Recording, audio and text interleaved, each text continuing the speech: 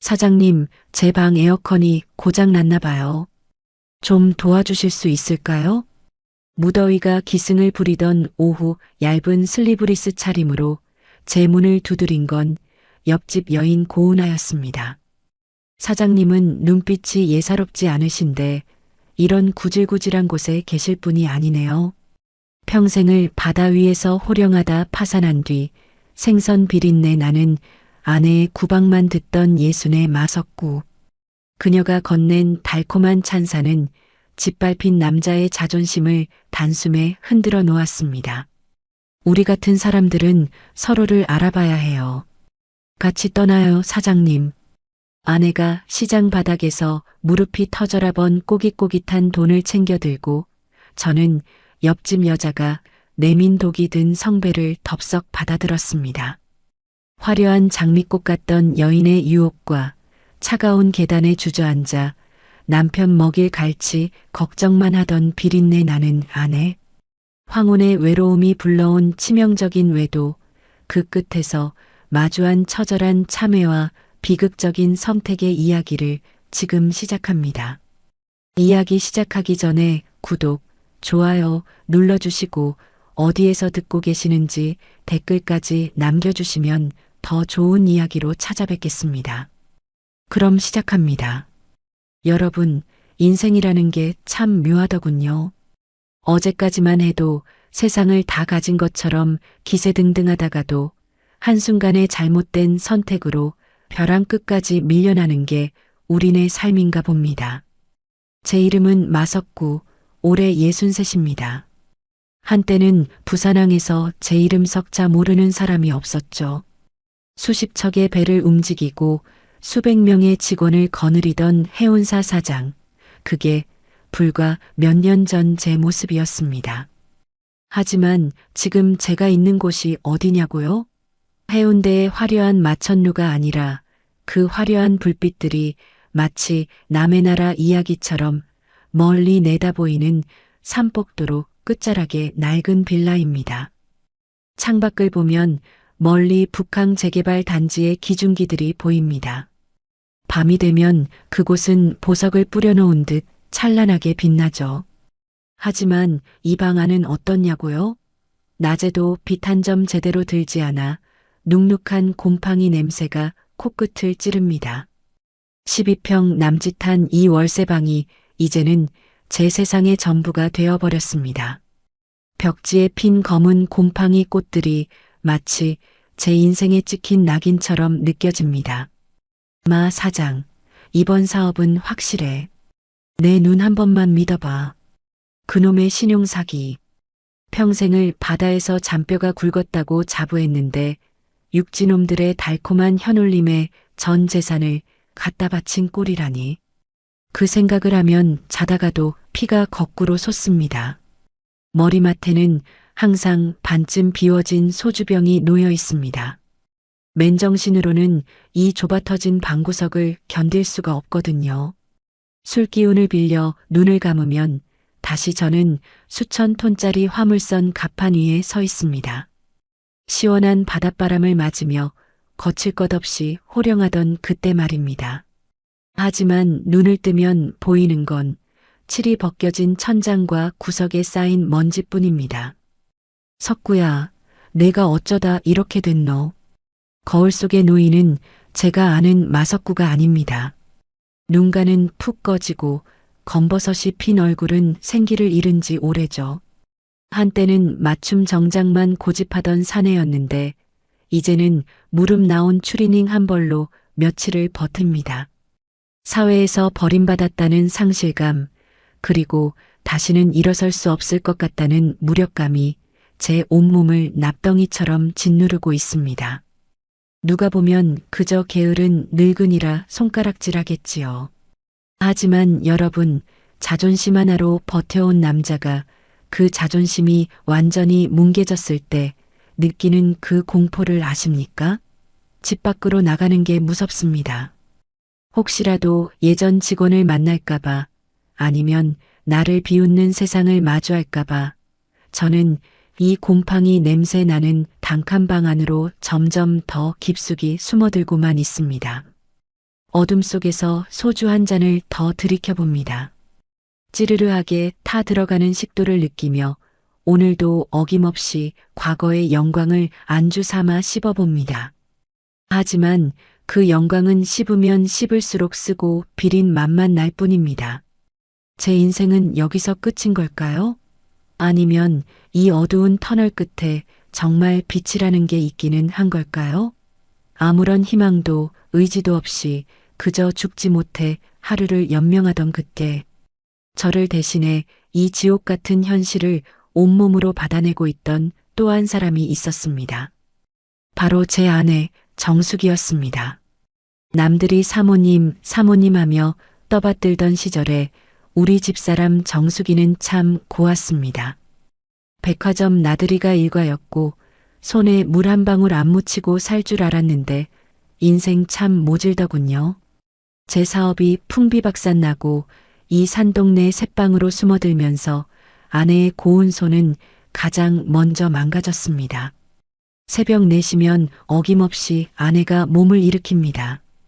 삐걱거리는 문소리를 내며 나가는 그 뒷모습을 보면서도 저는 자는 척 눈을 감고 있었습니다.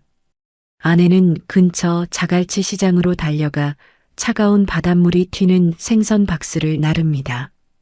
60이 넘은 나이에 무릎 관절이 다 닳아 없어져서 걸을 때마다 절뚝거리면서도 아내는 단 한 번도 힘들다는 소리를 안 했습니다. 생선 비린내가 몸에 배어버린 아내는 시장 일이 끝나면 쉴 틈도 없이 상가 건물로 향합니다. 남들이 다 퇴근한 밤 캄캄한 건물 복도를 돌며 화장실을 닦고 쓰레기통을 비웁니다. 그렇게 번 꼬깃꼬깃한 돈으로 아내는 제 입에 들어갈 쌀을 사고 소주병을 사왔습니다. 어느 날 밤 일을 마치고 돌아온 아내가 제 곁에 앉아 퉁퉁 부은 다리를 주무르고 있었습니다. 방 안에는 아내의 몸에서 배어나온 갯비린내와 락스 냄새가 진동을 했지요. 저는 그 냄새가 역겹다며 공연히 소리를 질렀습니다. 당신 몸에서 나는 냄새 때문에 잠을 못 자겠으니 저리 좀 가라고 말입니다. 사실은 아내의 냄새가 싫었던 게 아니라 그 냄새를 맡을 때마다 제 무능함이 칼날처럼 가슴 등을 후벼 파는 게 괴로웠던 겁니다. 아내는 제 모진 말에도 그저 묵묵히 부엌으로 나가 찬물을 들이켰습니다. 그리고는 낮은 목소리로 내일은 당신 좋아하는 고등어라도 좀 사오겠다고 말하더군요. 아내는 자존심 때문에 방구석에 처박혀 있는 저를 대신해 세상의 온갖 수모를 다 겪으며 우리 집의 마지막 기둥이 되어주고 있었습니다. 하지만 저는 고마워하기는커녕 아내가 내미는 밥상머리에서 반찬 투정을 하고 세상 탓만 늘어놓았습니다. 정숙이가 저를 위해 얼마나 처절하게 버티고 있는지 저는 애써 외면하고 있었습니다. 우리의 대화는 점점 짧아졌고 방 안의 공기는 얼음장처럼 차가워져 갔습니다. 저는 아내의 헌신이 고마운 줄도 모르고 그저 이 지옥 같은 가난에서 도망치고 싶다는 생각뿐이었습니다. 그렇게 영혼까지 메말라가던 제 인생에 도저히 이 동네와는 어울리지 않는 낯선 향기가 스며들기 시작했습니다. 비가 추적추적 내리며 온 세상이 잿빛으로 물들던 어느 날 오후였습니다. 낡은 빌라 벽면을 타고 흐르는 빗물은 마치 제 처량한 신세를 대변하듯 구질구질하게 땅바닥을 적시고 있었죠. 저는 그날도 평소처럼 눅눅한 방구석에 누워 곰팡이 핀 천장만 멍하니 바라보고 있었습니다.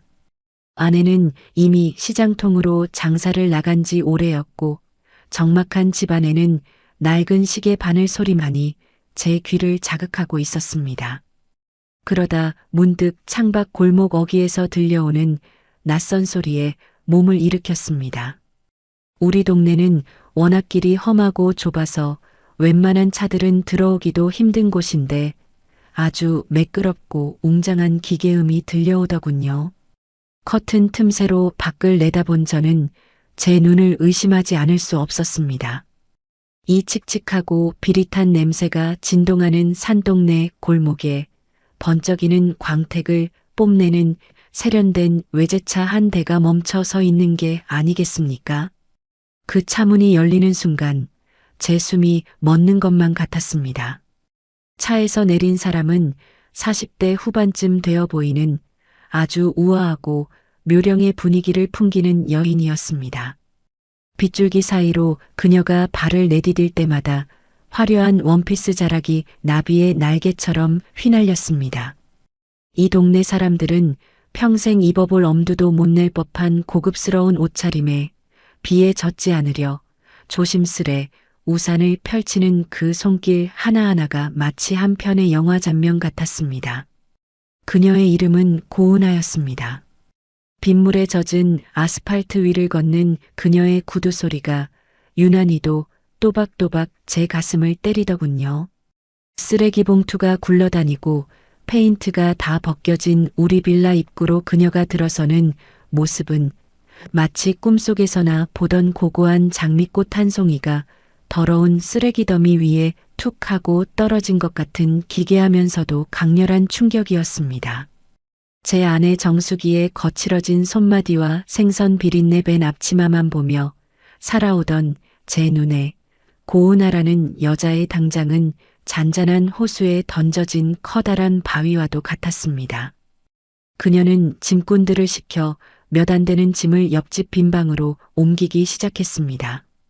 복도를 오가는 그녀에게서 풍겨오는 낯설고 진한 향수 냄새가 문틈을 타고 제 방 안까지 스며들었습니다.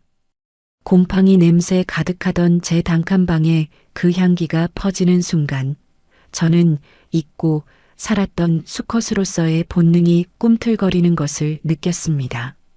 도대체 저런 여자가 왜 이런 구석진 산동네 빌라까지 찾아온 것일까? 의문이 꼬리에 꼬리를 물었지만 사실 그게 중요한 게 아니었습니다. 중요한 건 제 지루하고 비참한 일상 바로 옆집에 도저히 현실이라고 믿기 힘든 환상 같은 존재가 들어왔다는 사실이었죠. 저는 홀린 듯이 문틈에 눈을 바짝 대고 그녀의 움직임을 하나하나 쫓았습니다. 그녀가 옆집 문을 열고 들어가는 그 짧은 뒷모습만으로도 제 심장은 주책맞게 요동치기 시작했습니다. 그녀가 이사를 마치고 복도 정리를 하던 중 우연히 제가 내다보던 문틈과 시선이 마주친 것만 같은 기분이 들었습니다. 저는 소스라치게 놀라 뒤로 물러났지만 가슴의 두근거림은 쉽게 가라앉지 않았습니다. 아내가 돌아오면 다시 시작될 그 지긋지긋한 현실과는 전혀 다른 아주 달콤하고 위험한 공기가 옆집에서 흘러나오고 있었습니다. 그렇게 고은하라는 여자는 제 삶의 가장 비참한 순간에 아주 화려하고 뜬금없이 나타났습니다. 그녀의 정체가 무엇인지 그리고 앞으로 제 인생에 어떤 파문을 일으킬지 알지 못한 채 저는 그날 밤 처음으로 아내의 생선 비린내가 아닌 옆집 여자의 향수 냄새를 떠올리며 뜬 눈으로 밤을 지새웠습니다. 그리고 다음 날 아침 복도에서 다시 그녀와 마주쳤을 때 그녀는 제게 아주 뜻밖의 말을 건네며 제 닫힌 마음의 문을 두드리기 시작했습니다. 옆집으로 이사온 고은하라는 여자가 복도를 오갈 때마다 퀴퀴한 건물 안에는 생전 맡아보지 못한 고급스러운 향수 냄새가 진동을 했습니다. 며칠 뒤 쓰레기를 버리러 나갔다가 복도 끝에서 마주친 그녀는 먼저 저에게 가벼운 목례를 건네더군요.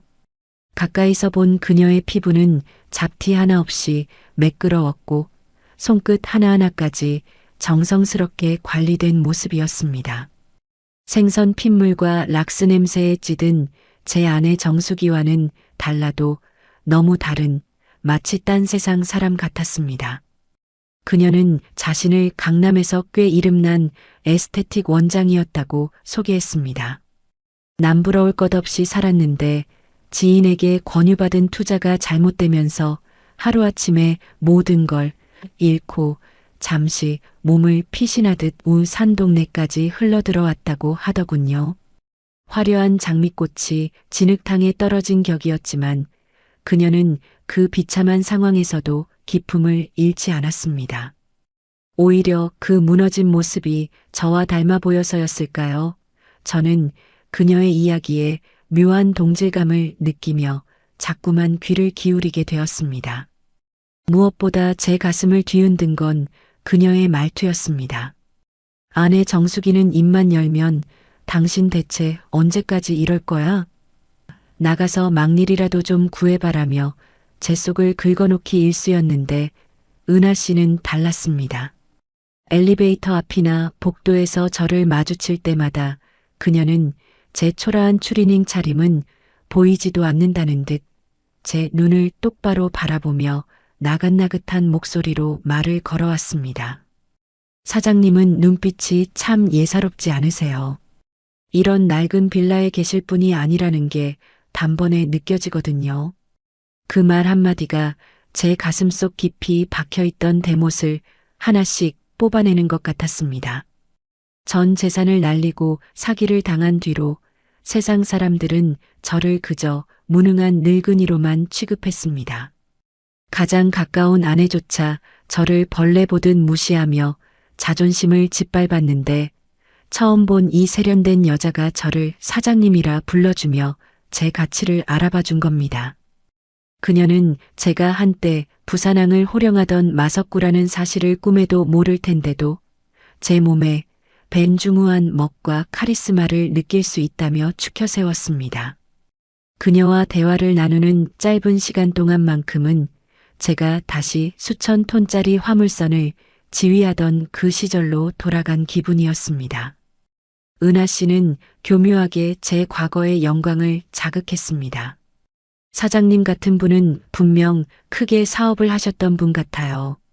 지금은 잠시 운이 따르지 않았을 뿐이지 곧 다시 일어서실 관상이세요. 그녀의 입에서 나오는 달콤한 말들은 제 억눌렸던 허영심과 무너진 자존심에 기름을 부었습니다. 저는 그녀 앞에서 더 이상 위축되지 않으려 애썼습니다. 없는 살림에도 낡은 정장을 꺼내 입고 괜히 아는 척하며 경제 이야기를 늘어놓기도 했죠. 그럴 때마다 그녀는 눈을 반짝이며 제 말에 귀를 기울여 주었습니다. 아내에게는 한 번도 받아보지 못한 존중과 배려가 그곳에 있었습니다. 은하 씨는 이 칙칙한 산동네에서 유일하게 저를 인간 대접해주는 사람이었고 저는 어느새 그녀와의 짧은 조우를 하루 중 가장 간절하게 기다리는 사람이 되어가고 있었습니다. 햇볕이 따갑게 내리쬐던 어느 무더운 오후였습니다. 습한 기운이 방 안까지 가득 차올라 숨이 턱턱 막히던 그때 복도에서 다급하게 제 문을 두드리는 소리가 들렸습니다. 평소와 달리 다급해 보이는 은하 씨의 목소리였죠. 저는 의아한 마음에 서둘러 현관문을 열었습니다. 가만히만 있어도 등줄기에 땀이 줄줄 흐르던 유난히도 무더운 오후였습니다. 낡은 선풍기 한 대가 덜덜거리며 뜨거운 바람을 내뿜고 있었지만 제 마음속 답답함까지 식혀주지는 못했죠.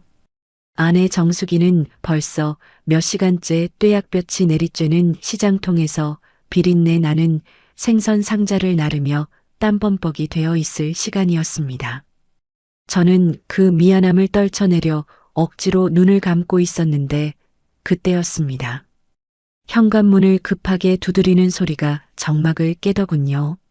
문을 열자 그곳에는 은하 씨가 서 있었습니다. 평소에 화려한 원피스가 아니라 집에서 편하게 입는 듯한 얇은 슬리브리스 차림이었는데 어깨 라인을 타고 흐르는 땀방울이 유난히도 반짝였습니다. 그녀는 당황한 기색이 역력한 목소리로 사장님 죄송해요. 갑자기 에어컨이 멈췄는데 이 더위에 도저히 버틸 수가 없어서요. 기계 좀 잘 아실 것 같아 실례를 무릅쓰고 찾아왔어요 라며 제 팔을 살짝 잡았습니다. 그녀의 손끝에서 전해지는 서늘하면서도 부드러운 감촉에 저는 순간 정신이 아득해졌습니다. 아내의 거칠고 투박한 손과는 너무나 대조되는 그 느낌 말입니다. 저는 홀린 듯이 그녀를 따라 옆집으로 발을 들였습니다. 은하 씨의 방은 제 방과 구조는 같았지만 은은한 라벤더 향기가 감도는 전혀 다른 세상이었습니다.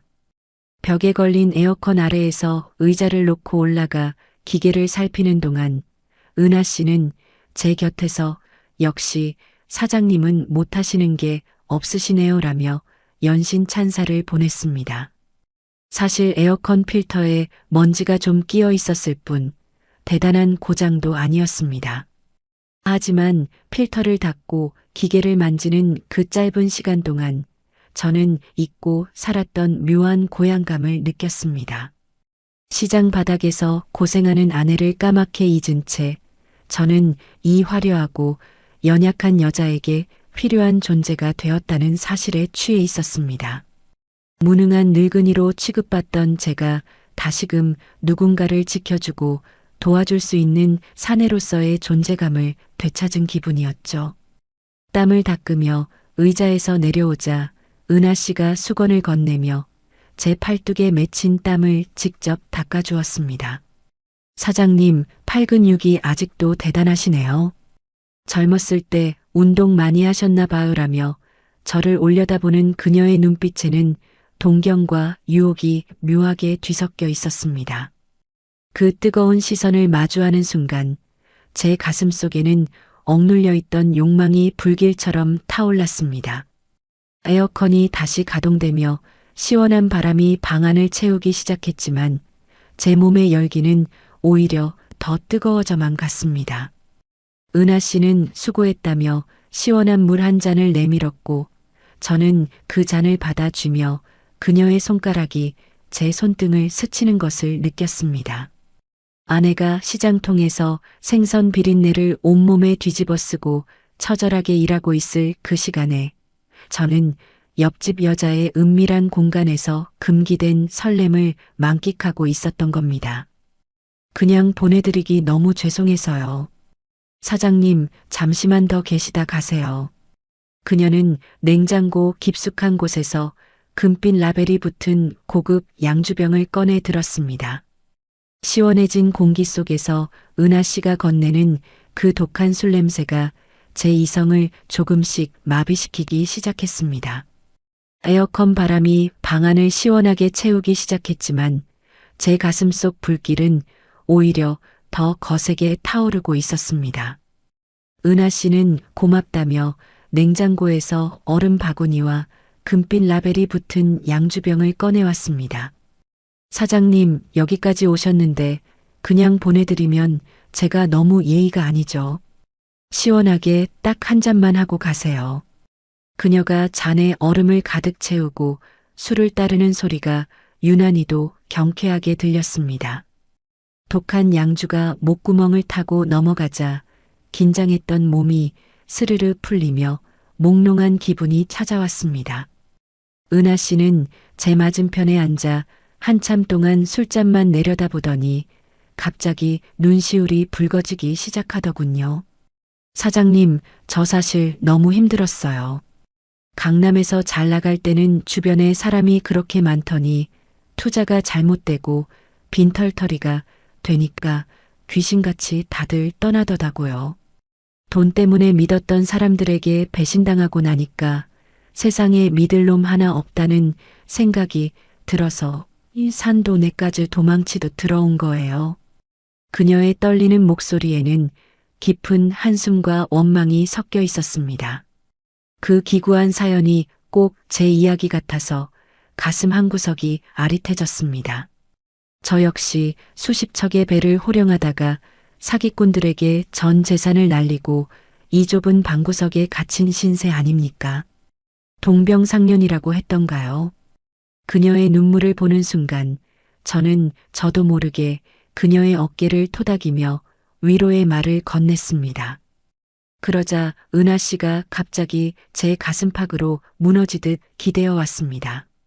그녀의 몸에서 풍기는 진한 향수 냄새와 살포시 느껴지는 온기가 제 온몸의 신경을 곤두세웠습니다.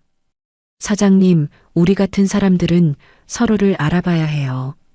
밑바닥까지 떨어져 본 사람만이 그 시린 외로움을 알잖아요. 남들은 우리를 다 비웃어도 저는 알아요. 사장님이 얼마나 대단한 분인지.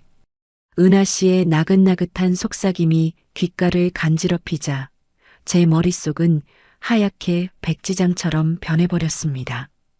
시장통 생선 가판대에서 허리가 끊어질 듯 일하고 있을 아내 정수기의 얼굴이 잠시 스쳤지만 눈앞에 달콤한 유혹이 그 죄책감을 순식간에 집어삼켰습니다. 평생을 사내로 살고 싶었던 제 욕망이 그녀의 인정 어린 한마디에 둑이 터지듯 폭발해버린 겁니다. 은하 씨, 당신 말이 맞소. 우리 같은 사람끼리 보듬어야지. 저는 떨리는 손으로 그녀의 가녀린 허리를 감싸 안았습니다. 그녀는 기다렸다는 듯 제 품속으로 더 깊이 파고들었고 저는 이성을 마비시키는 독한 술 기운과 그녀의 뜨거운 숨결에 몸을 맡겼습니다. 낡은 벽지 너머로 들리는 매미 소리조차 들리지 않을 만큼 오직 두 사람의 거친 호흡만이 좁은 방 안을 가득 채웠습니다. 그렇게 저는 건너서는 안 될 강을 건너고 말았습니다. 아내가 피땀 흘려 벌어온 돈으로 연명하던 주제에 옆집 여자의 품 안에서 가짜 천국을 맛보고 있었던 겁니다. 그날 이후 저와 그녀의 관계는 걷잡을 수 없는 방향으로 흘러가기 시작했습니다. 한번 물꼬가 터진 욕망은 걷잡을 수 없는 산불처럼 제 온몸을 집어삼켰습니다. 아내 정수기가 새벽같이 생선 상자를 나르러 집을 나서고 나면 저는 마치 약속이라도 한 듯 창밖을 살피며 그녀의 뒷모습이 골목 너머로 완전히 사라지기를 기다렸습니다. 아내의 발소리가 멀어질수록 제 가슴은 주책맞게 고동쳤고 정수기가 시장통에서 비린내와 싸우며 처절하게 허리를 굽히고 있을 그 대낮에 저는 살금살금 옆집 문을 두드렸습니다. 낡은 빌라의 얇은 벽지 너머로는 옆집 라디오 소리며 물 내리는 소리까지 다 들릴 정도였지만 은하 씨와 제가 나누는 격정적인 미래 앞에서는 그런 조심성조차 사치였습니다. 그녀의 품 안에서 저는 더 이상 무능한 늙은이가 아니었습니다. 은하 씨는 제 거친 손을 어루만지며 사장님, 역시 남자는 이런 야성미가 있어야죠. 아직도 이렇게 힘이 좋으신데 그동안 어떻게 참으셨어요? 라며 달콤한 칭찬을 쏟아냈습니다. 그 속삭임에 취해 저는 제가 다시 수천 톤짜리 화물선을 호령하던 그 시절의 마석구로 되돌아간 것 같은 착각에 빠져들었습니다. 은하 씨의 방 안을 가득 채운 진한 향수 냄새는 마치 마약 같았습니다. 그 향기에 취해 있으면 퀴퀴한 곰팡이 냄새 나는 제 단칸방도 생선 비린내 벤 안에의 옷까지도 모두 전생의 일처럼 멀게만 느껴졌습니다. 그녀는 저를 대단한 사업가 대접을 해주었고 저는 그 가짜 천국을 유지하기 위해 점점 더 파렴치한 인간이 되어갔습니다. 아내가 무릎 관절이 다 나가도록 일해서 가져다준 생활비 봉투에 손을 대기 시작한 겁니다. 정수기가 시장 바닥에서 한 푼, 두 푼 모아온 생선 핏자국이 묻은 꼬깃꼬깃한 10,000원짜리 몇 장을 빼내어 제가 향한 곳은 금은방이었습니다.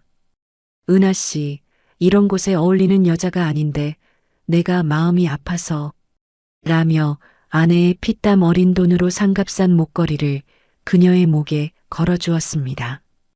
은하 씨는 아이처럼 기뻐하며 제 가슴에 안겼고 저는 그 순간의 우월감에 취해 제 영혼이 썩어가는 줄도 몰랐습니다.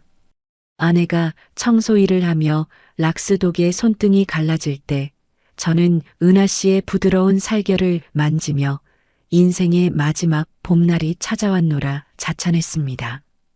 빌라 복도에 번지는 은하 씨의 향수 냄새가 제 옷깃에 스며들어도 저는 그것을 훈장처럼 여기며 뻔뻔하게 고개를 들었습니다. 죄책감이라는 감정은 이미 은하 씨가 건네는 독한 양주와 달콤한 입맞춤 속에 녹아 없어진 지 오래였습니다. 매일 아침 정수기가 싸놓은 소박한 도시락을 뒤로하고 저는 옆집에서 은하 씨가 차려주는 화려한 안주와 술상을 마주했습니다. 아내의 고단한 숨소리보다 은하 씨의 간드러진 웃음소리가 더 소중해진 저는 이미 돌아올 수 없는 강을 너무 멀리 건너가고 있었습니다. 아내는 그런 저의 변화를 조금씩 눈치채고 있는지도 모른 채 그저 제가 다시 활력을 찾은 것 같아 다행이라며 갑오처럼 웃어 보이더군요. 아내 정수기는 참 바보 같은 여자였습니다. 제가 옆집 은하 씨의 방을 제 집 드나들듯 오가며 그 향수 냄새에 취해 있는 줄은 꿈에도 모른 채 그저 남편의 얼굴에 화색이 도는 것만 보고도 아이처럼 기뻐했지요. 무기력하게 누워 소주병만 끌어안고 살던 남자가 어느 날부터인가 세수도 꼬박꼬박하고 낡은 정장 바지에 칼주름까지 세워가며 외출 준비를 하니 아내 눈에는 그게 그렇게나 대견해 보였나 봅니다. 여보, 요즘 당신 얼굴이 부쩍 좋아졌네. 이제 정말 마음을 고쳐먹은 거지? 우리 다시 시작할 수 있는 거지? 퇴근하고 돌아온 아내가 생선 비린내 밴 손으로 제 손을 덥석 잡으며 환하게 웃는데 저는 그 손이 닿는 게 소름 끼치게 싫어 슬쩍 손을 뺐습니다. 하지만 아내는 서운한 기색도 없이 그저 제가 다시 활력을 찾은 게 하늘이 도우신 거라며 좋아하더군요. 아내는 그날부터 잠도 줄여가며 새벽 기도를 나가기 시작했습니다. 다 닳아버린 무릎 관절을 이끌고 차가운 법당 바닥에 엎드려 제 남편 마석구가 다시 예전처럼 당당한 사장님으로 일어설 수 있게 해달라고 손이 발이 되도록 빌고 또 빌었습니다. 아내는 식당 주방 보조 일을 하나 더 늘렸습니다. 밤늦게까지 설거지를 하고 돌아오면 손가락 끝이 퉁퉁 불어 터져 있는데도 제 주머니에 10,000원짜리 몇 장을 슬쩍 찔러 넣어주며 속삭이더군요. 당신 이제 사회생활 다시 시작하려면 품위 유지비도 필요할 텐데 친구들 만나서 기죽지 말고 술 한 잔이라도 사. 내 걱정은 하지 말고. 그 돈이 어떤 돈입니까? 아내가 얼음물에 손을 담가가며 생선 내장을 긁어내고 남이 먹다 남은 찌꺼기를 치우며 번 피 같은 돈 아닙니까? 저는 그 돈을 받아들고도 고맙다는 말 한마디 대신 알았으니까 고생 좀 그만해라며 퉁명스럽게 대꾸했습니다. 그리곤 아내가 잠든 사이 그 꼬깃꼬깃한 돈을 챙겨 들고 은하 씨와 마실 비싼 양주를 사러 나갔습니다. 아내는 제 웃음소리가 담장을 넘을 때마다 세상에서 가장 행복한 표정을 지었습니다. 자기가 무릎 통증으로 밤마다 끙끙 앓는 것보다 제가 다시 어깨를 펴고 걷는 게 더 소중하다는 그 고집스러운 사랑이 저를 더 뻔뻔하게 만들었습니다. 아내는 시장에서 제일 좋은 갈치를 얻어오면 자기는 뼈만 발라먹으면서도 통통한 살점을 제 밥상 위에 올려두었습니다. 그 정성 어린 밥상을 대충 물려버리고 저는 옆집 은하 씨가 내어주는 화려한 스테이크와 와인을 쫓아갔습니다. 여보, 나 당신 새 구두 하나 사주려고 야간 수당도 신청했어. 당신은 반듯하게 차려입어야 제일 멋있잖아. 아내는 제가 은하 씨의 칭찬에 취해 있는 줄도 모르고 제 겉모습이 화려해지는 게 오로지 제 자존심이 살아나는 증거라 믿었습니다. 아내의 그 깊고 멍청한 믿음이 제게는 오히려 날개를 달아준 꼴이었지요. 저는 아내가 밖에서 고단하게 허리를 굽히고 있을 때 은하 씨의 폭신한 침대 위에서 아내를 비웃으며 금기된 속삭임에 귀를 기울였습니다. 그렇게 아내의 헌신을 발판 삼아 저는 점점 더 깊은 늪으로 빠져들고 있었습니다. 은하 씨의 유혹은 날이 갈수록 대담해졌고 제 귀에 들려오는 그녀의 제안은 이제 단순한 미래를 넘어 제 인생을 완전히 바꿔놓겠다는 위험한 약속으로 변해가고 있었습니다. 옆집 은하 씨의 방 안은 늘 은은한 조명과 이름 모를 꽃향기가 가득했습니다. 그곳에만 발을 들이면 창밖의 낡은 달동네 풍경도, 아내 정수기가 시장통에서 묻혀온 비릿한 생선 냄새도 모두 먼 나라 이야기처럼 아득해졌지요. 은하 씨의 부드러운 침대 위에 누워 그녀가 권하는 와인을 들이켜고 있으면 제가 마치 다시 세상의 중심에 선 대단한 인물이라도 된 것 같은 착각에 빠져들곤 했습니다. 그날 밤도 은하 씨는 제 가슴팍에 고개를 묻고 향기로운 숨결을 내뱉으며 제 자존심을 교묘하게 흔들어 놓았습니다. 사장님, 제가 옆에서 지켜보니까 너무 안타까워요. 사장님처럼 기품 있고 능력 있는 분이 왜 저런 구질구질한 아내랑 이 좁아터진 산동네에서 평생을 썩어야 하나요? 저 여자는 사장님의 격에 전혀 맞지 않아요. 그녀의 나긋나긋한 목소리는 제 이성을 마비시키는 독액 같았습니다. 은하 씨는 제 손을 꼭 잡으며 눈을 반짝였습니다. 우리 이러지 말고 아예 멀리 떠나버리는 건 어때요? 제가 예전에 하던 에스테틱 사업, 사장님의 경영 노하우만 있으면 금방 다시 일으킬 수 있어요. 우리 둘이 손잡고 새 출발하면 강남 펜트하우스로 돌아가는 건 시간 문제라니까요. 야반도주하듯 떠나 새로운 사업을 시작하자는 그녀의 제안은 벼랑 끝에 서 있던 제게 마치 구원의 밧줄처럼 보였습니다. 하지만 떠나려면 당장 미천이 필요했습니다. 은하 씨는 제 귀에 대고 속삭이더군요. 사장님, 지금 살고 계신 집 보증금만 있어도 시작할 수 있어요. 그 돈, 어차피 사장님이 예전에 벌어놓은 거나 다름없잖아요. 잠시 빌리는 셈 치고 챙겨 나오세요. 성공해서 10배, 100배로 갚아주면 되죠. 그 파렴치한 말에 저는 잠시 주춤했지만 눈앞에 펼쳐진 화려한 성공이라는 신기루에 눈이 멀어버렸습니다. 정수기가 무릎 관절이 다 닳도록 시장을 누비며 간신히 지켜온 우리 집의 마지막 재산, 그 보증금이 없으면 우리 부부는 당장 길거리에 나앉아야 한다는 사실을 저는 애써 외면했습니다. 은하 씨의 매혹적인 향취와 당신은 최고예요라는 달콤한 찬사에 취해 저는 아내의 피눈물을 팔아서라도 제 마지막 욕망을 채우겠다는 괴물이 되어가고 있었습니다. 저는 그날 밤 잠든 아내의 머리맡을 뒤져 집 계약서를 확인하며 인륜마저 저버릴 준비를 마쳤습니다. 은하 씨와의 장밋빛 미래가 당장 내일이라도 펼쳐질 것처럼 가슴이 벅차올랐습니다.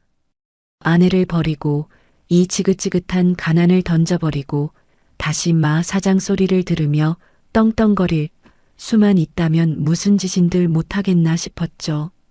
저는 그렇게 제 인생의 마지막 보루였던 가정이라는 울타리를 제 손으로 부술 작정을 하고 있었습니다.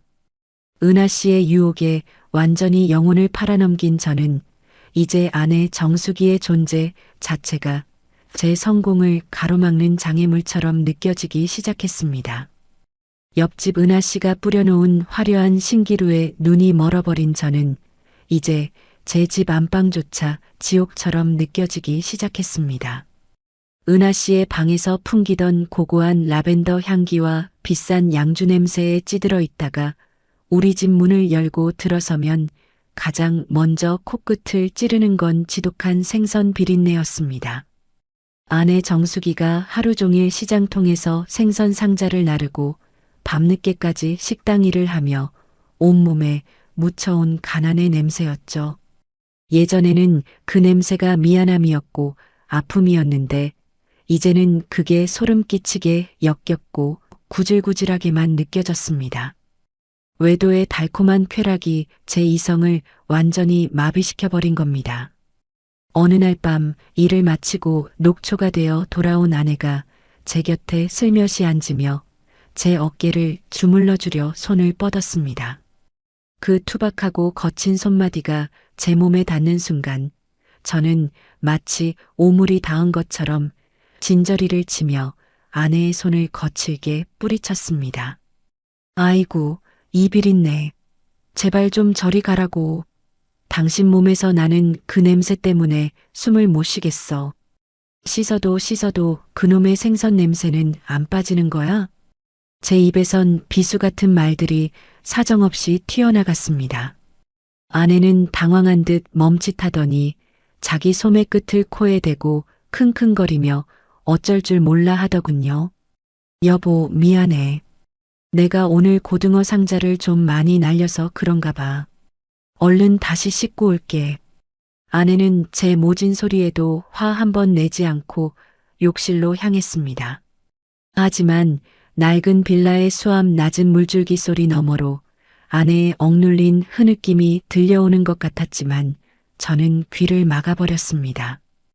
은하 씨는 저를 왕처럼 대접해 주는데 이 여자는 왜 나를 이 비참한 현실 속에 가두어 두려 하는지 원망스럽기까지 했습니다. 저는 아내가 정성껏 차려놓은 소박한 밥상을 보며 맨날 풀떼기에 비린내 나는 반찬뿐이냐며 숟가락을 집어 던졌습니다. 은하 씨와 함께라면 강남의 펜트하우스에서 스테이크를 썰 텐데 이 좁아터진 방구석에서 아내와 마주 앉아 밥을 먹는 시간이 아깝다는 생각뿐이었습니다. 아내는 그런 제 싸늘한 반응에 가슴이 갈기갈기 찢어지면서도 바보같이 자신을 탓했습니다. 내가 못나서, 내가 당신 고생을 시켜서 성격이 저렇게 변했나 보다. 사장님 소리 듣던 사람이 이런 데서 사니 얼마나 속이 상하겠어. 아내는 밤마다 벽을 마주하고 누워 소리 없이 눈물을 훔치면서도 행여나 제가 깰까봐 숨을 죽였습니다. 자기 다리 통증보다 제 기분 상한 걸 더 걱정하는 그 지독한 사랑이 그때의 제게는 그저 족쇄처럼 무겁고 답답하기만 했습니다. 저는 아내의 눈물을 외면한 채 머릿속으로 집 보증금을 어떻게 빼돌려 은하 씨와 야반도주할지 궁리만 했습니다. 아내가 잠든 새벽 저는 그녀의 지갑 속에 든 몇 안 되는 현금까지 몰래 꺼내 들고 은하 씨에게 줄 꽃을 샀습니다. 인간으로서의 마지막 도리마저 유혹의 불길 속에 태워버린 저는 이제 파멸의 벼랑 끝을 향해 거침없이 달려가고 있었습니다. 그렇게 이기적인 욕망에 취해 비틀거리던 어느 날 새벽 저는 결코 보지 말았어야 할 장면을 목격하고 말았습니다. 그날 밤은 유난히도 달이 밝았지만 삼복도로 낡은 빌라로 향하는 골목길은 여전히 음침하고 축축했습니다. 옆집 은하 씨와 와인잔을 기울이며 집 보증금을 빼돌려 화려하게 야반도주할 궁리를 마친 제 머릿속은 온통 장밋빛 미래로 가득 차 있었죠. 아내 정수기와의 지긋지긋한 가난을 끊어내고 다시마 사장 소리를 들으며 떵떵거릴 생각에 술 기운까지 더해져 제 발걸음은 허공을 걷는 듯 가벼웠습니다.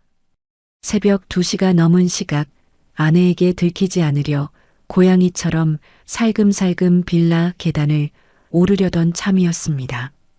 가로등 하나 제대로 들어오지 않아 앞이 캄캄한 계단 밑바닥 쪽에서 부스럭거리는 소리와 함께 깊은 신음이 들려오더군요. 저는 혹시라도 은하 씨와의 미래를 들킬까봐 숨을 죽이고 어둠 속에 몸을 숨겼습니다. 그런데 그곳에서 제 가슴을 갈기갈기 찢어놓는 광경을 목격하고 말았습니다.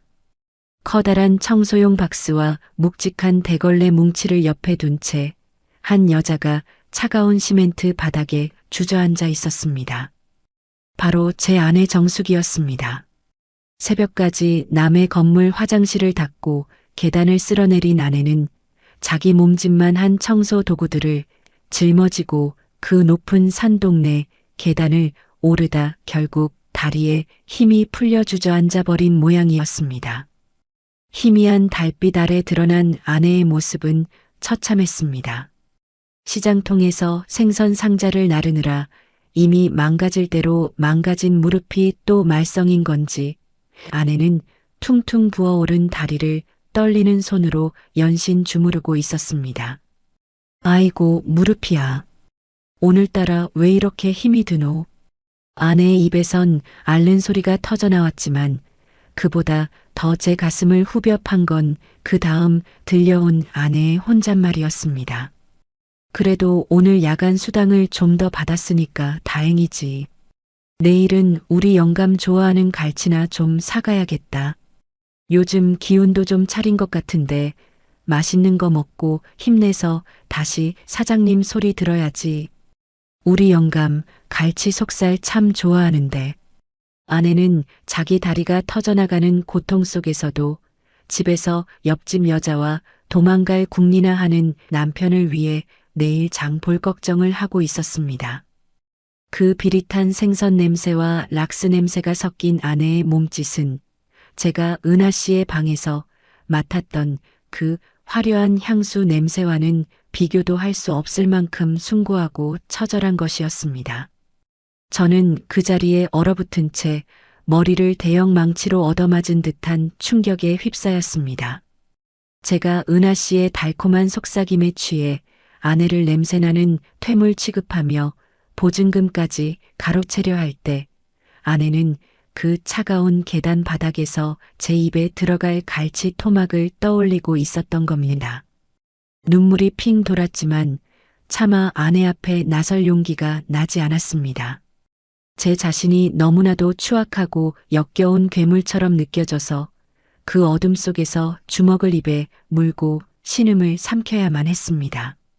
아내는 간신히 몸을 일으켜 다시 청소도구를 짊어지고 한 계단 한 계단 고통스럽게 집을 향해 올라갔습니다. 그 굽은 뒷모습이 마치 제 모든 죄를 짊어지고 가는 것 같아 차마 고개를 들 수 없었습니다. 저는 그날 밤 은하 씨가 약속했던 그 화려한 펜트하우스의 꿈이 얼마나 허망하고 잔인한 신기루였는지 비로소 깨닫기 시작했습니다. 그리고 다음 날 은하 씨는 예정대로 저를 향해 치명적인 마지막 유혹의 손길을 뻗어왔습니다.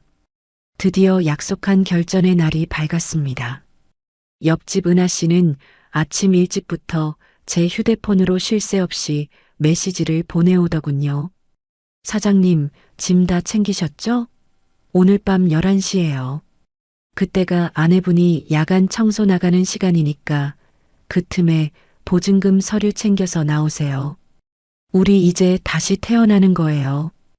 은하 씨의 목소리는 마치 승전보를 울리는 나팔소리처럼 경쾌했고 그녀가 그려놓은 강남 펜트하우스의 환상은 금방이라도 손에 잡힐 듯 선명했습니다. 하지만 제 머릿속은 온통 다른 풍경으로 가득 차 있었습니다. 어젯밤 가파른 계단 밑바닥, 가로등 불빛조차 닿지 않는 그 어두운 구석에서 퉁퉁 부은 다리를 주무르던 아내 정수기의 모습 말입니다. 자기 무릎이 터져나가는 고통 속에서도 내일 장볼 갈치 토막을 걱정하던 그 구분 등 그 모습이 제 가슴에 깊은 낙인처럼 찍혀 지워지질 않았습니다. 은하 씨는 제 방문을 살짝 두드리며 짐을 재촉했습니다. 사장님, 왜 대답이 없으세요? 설마 마음 약해진 거 아니죠? 그런 구질구질한 아내랑 평생 이 곰팡이 냄새 맡으며 늙어 죽고 싶으세요? 그녀의 나긋나긋하던 목소리에 짜증 섞인 날카로움이 섞여들더군요. 그 순간 제 눈앞에 놓인 은하 씨라는 화려한 신기루가 사실은 제 영혼을 갉아먹는 독이 든 성배라는 사실을 비로소 깨달았습니다. 그녀가 제게 준 것은 사랑도 희망도 아니었습니다. 그저 제 눈을 가려 아내의 피땀 어린 노력을 비웃게 만들고 우리 가족의 마지막 생명줄인 보증금까지 훔치게 하려던 달콤한 덫이었을 뿐이었죠. 제가 흔들리던 그 낡은 계단 위에서 저를 지탱해준 진짜 뿌리는 은하 씨의 향수 냄새가 아니라 아내의 몸에서 나던 그 지독하고 숭고한 생선 비린내였다는 것을 이제야 알 것 같았습니다. 은하 씨, 미안하지만 난 못 갑니다. 내 인생의 진짜 주인은 저 계단 밑에서 썩어가는 내 아내 다리였소. 난 이제야 내가 어떤 미친 짓을 하려 했는지 깨달았단 말이오. 저는 떨리는 손으로 은하 씨의 번호를 휴대폰에서 지워버렸습니다. 그녀의 화려한 사진과 그동안 주고받았던 가증스러운 대화들을 하나씩 삭제할 때마다 제 가슴속 응어리가 조금씩 씻겨 나가는 기분이었습니다. 은하 씨는 당황한 듯 제 팔을 붙잡으며 사장님, 지금 제정신이에요? 저 여자가 사장님한테 해준 게 뭐가 있다고 이 기회를 날려요? 라며 소리를 질렀지만 저는 그녀의 손을 거칠게 뿌리쳤습니다. 화려한 원피스 자락을 휘날리며 나타났던 그 여자는 이제 제게 더 이상 매혹적인 장미가 아니었습니다. 그저 남의 불행을 먹고 자라는 가시 돋친 덩굴처럼 보일 뿐이었죠. 저는 은하 씨를 문 밖으로 밀쳐내고 현관 잠금 장치를 굳게 걸어 잠갔습니다.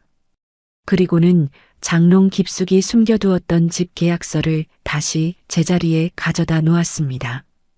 아내 정수기가 돌아올 시간이 다가오고 있었습니다.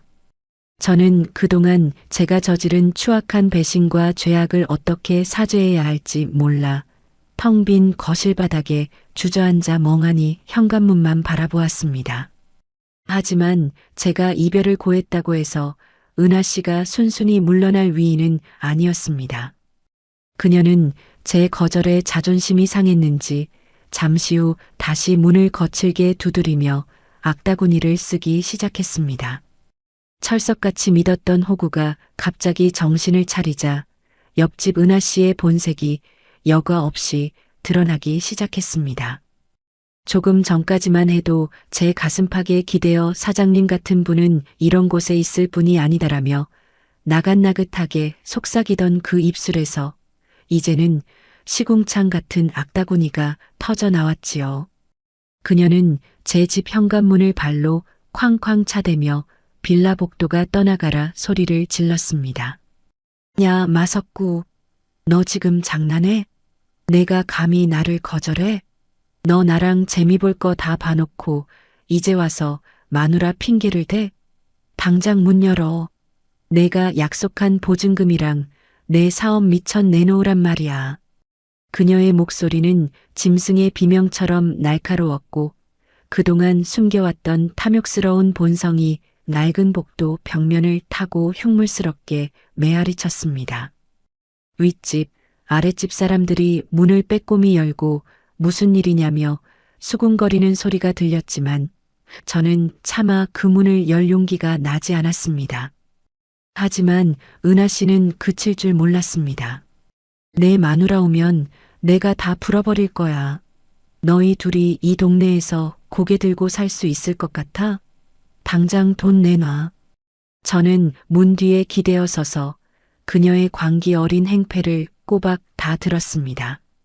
심장이 터질 듯이 뛰었지만 이상하게도 마음 한구석은 차분해지더군요. 그래, 이게 다 내가 자초한 일이지. 내 눈이 멀어 아내의 피땀을 외면하고 저런 신기루를 쫓은 죗값이 이제야 나를 찾아온 것이구나 싶었습니다. 저는 떨리는 손으로 아내 정수기가 시장에서 번 돈 중 차마 은하에게 다 쓰지 못하고 남겨두었던 비상금 봉투를 집어들었습니다. 문을 살짝 열자 독이 오른 뱀처럼 눈을 치켜뜬 은하 씨가 달려들려 했습니다. 저는 그녀를 차가운 눈빛으로 응시하며 돈 봉투를 복도 바닥에 툭 던졌습니다. 가져가시오. 내 아내가 생선 비린내 묻혀가며 번 돈이니 당신 같은 사람이 쓰기엔 너무나도 귀한 돈이지만 이걸로 우리 악연은 여기서 끝냅시다. 더 이상 내 집 앞에서 소란 피우면 나도 가만히 있지 않겠소. 은하 씨는 바닥에 떨어진 돈 봉투를 낚아채듯 집어들더니 금액이 적다며 투덜대면서도 제 서슬 퍼런 눈빛에 기가 눌렸는지 침을 뱉고는 옆집으로 들어가 짐을 챙겨 떠날 채비를 하더군요. 그녀의 요란한 구두 소리가 계단을 타고 멀어지는 것을 확인하고 나서야 저는 현관문을 굳게 걸어 잠그고 캄캄한 방 안으로 기어 들어갔습니다. 불도 켜지 않은 채 곰팡이 냄새 나는 단칸방에 덩그러니 앉아 있자니 지난 몇 주간의 일들이 꼭 더러운 악몽 같았습니다. 아내가 청소용품을 짊어지고 오르던 그 계단, 퉁퉁 부은 다리를 주무르며 제 갈치 걱정을 하던 그 목소리가 귓가에 쟁쟁하게 울려 퍼졌습니다. 저는 제 가슴을 주먹으로 치며 소리 없이 오열하기 시작했습니다. 석구야, 이 짐승만도 못한 놈아. 뜨거운 눈물이 뺨을 타고 흘러내려 바닥을 적셨습니다. 참회의 눈물은 그칠 줄 몰랐습니다. 아내가 돌아와 이 난장판이 된 집안 꼴을 보면 뭐라고 할지, 내 옷에 배어있는 그 여자의 향수 냄새를 맡으면 얼마나 가슴이 찢어질지 생각하니 숨이 턱턱 막혀왔습니다. 저는 어두운 방구석에 웅크린 채 이제 곧 새벽일을 마치고 돌아올 아내를 마주할 마지막 용기를 짜내기 시작했습니다. 동이 채 트기도 전인 이른 새벽, 저는 홀린 듯이 옷장 구석에 처박아 두었던 옷들을 꺼냈습니다. 옆집 은하 씨를 만날 때마다 더 멋진 사내처럼 보이고 싶어 아내 정수기가 락스독에 손등이 터져가며 벌어온 돈으로 샀던 그 가증스러운 옷들이었지요. 은하 씨의 향취가 밴 셔츠와 바지들을 뭉쳐들고 옥상으로 올라가 불을 붙였습니다. 검은 연기가 하늘로 흩어지는 걸 보며 저는 제 가슴속을 시커멓게 태우던 그 더러운 욕망도 함께 사라지기를 간절히 빌었습니다. 불길이 잦아들 무렵 저는 무거운 발걸음을 옮겨 자갈치 시장 입구로 향했습니다. 멀리서도 아내의 모습은 한눈에 들어왔습니다. 남들 다 자는 시간에 일어나 차가운 바닷물이 튀는 가판대 앞에서 생선 상자를 나르는 그 작은 어깨, 낡은 고무장화에 구멍난 앞치마를 두르고 퉁퉁 부은 다리를 절뚝거리며 짐을 옮기는 아내를 보니 가슴 밑바닥에서 뜨거운 것이 울컥 치밀어 올랐습니다. 정수가, 제 목소리에 아내가 놀란 듯 뒤를 돌아봤습니다. 새벽 찬바람에 코끝이 빨개진 아내는 제 얼굴을 보자마자 여보, 이 새벽에 여긴 어쩐 일이야? 어디 아픈 데라도 있는 거야? 라며 제 걱정부터 하더군요. 저는 대답 대신 아내에게로 다가갔습니다. 그리고는 수천 명의 직원을 거느리던 사장으로서의 체면도 죽어도 지키고 싶었던 그놈의 자존심도 모두 내려놓고 비린내 진동하는 시장 바닥에 털썩 무릎을 꿇었습니다. 지나가는 사람들이 웅성거리며 쳐다봤지만 그런 건 안중에도 없었습니다. 저는 아내의 갈라지고 튼 거친 손을 두 손으로 꼭 부여잡았습니다. 락스 냄새와 생선 비린내가 섞인 그 손이 세상 그 어떤 향수보다도 진하고 소중하게 느껴졌습니다. 정수가, 내가 죽일 놈이다. 내가 미쳤었다. 내가 어떻게 번 돈인데 그 돈으로 내가 딴짓을 하고 너를 무시했다. 나를 용서하지 마라. 내가 정말 짐승만도 못한 짓을 했다. 시장 바닥에서 목 놓아 울며 참회의 말을 쏟아냈습니다. 아내는 당황해서 어쩔 줄 몰라 하며 제 어깨를 다독였습니다. 여보, 왜 그래? 사람들 보는데 얼른 일어나. 당신이 뭘 잘못했다고 그래. 아내는 끝까지 제 허물을 덮어주려 했습니다. 그런 아내의 깊은 속내를 알기에 저는 더 서럽게 울었습니다. 저는 아내의 손등에 제 뜨거운 눈물을 적시며 맹세했습니다. 다시는 당신 마음 아프게 하지 않겠노라고. 내 남은 평생은 당신이 짊어진 그 무거운 짐을 같이 나눠들겠노라고 말입니다. 시장의 소음과 비린내 속에서 저는 비로소 제가 돌아가야 할 곳이 어디인지 제 인생의 진짜 주인이 누구인지 온몸으로 깨달았습니다. 한참을 울고 난 뒤 아내는 제 눈물을 닦아주며 말없이 제 손을 잡아 이끌었습니다. 아내의 그 따뜻한 체온에 기대어 저는 이제껏 제가 살았던 가짜 인생을 청산하고 진짜 마석구로 다시 태어나기로 결심했습니다. 이제는 뜬구름 같은 성공이 아니라 내 손으로 직접 땀 흘려번 돈으로 아내의 퉁퉁 부은 다리를 고쳐주고 싶었습니다. 시장 바닥에서 아내 앞에 무릎을 꿇고 통곡하던 그날 이후 제 인생은 참으로 많이 달라졌습니다. 아니, 원래 제가 서 있어야 할 자리로 비로소 돌아왔다는 표현이 더 정확하겠지요.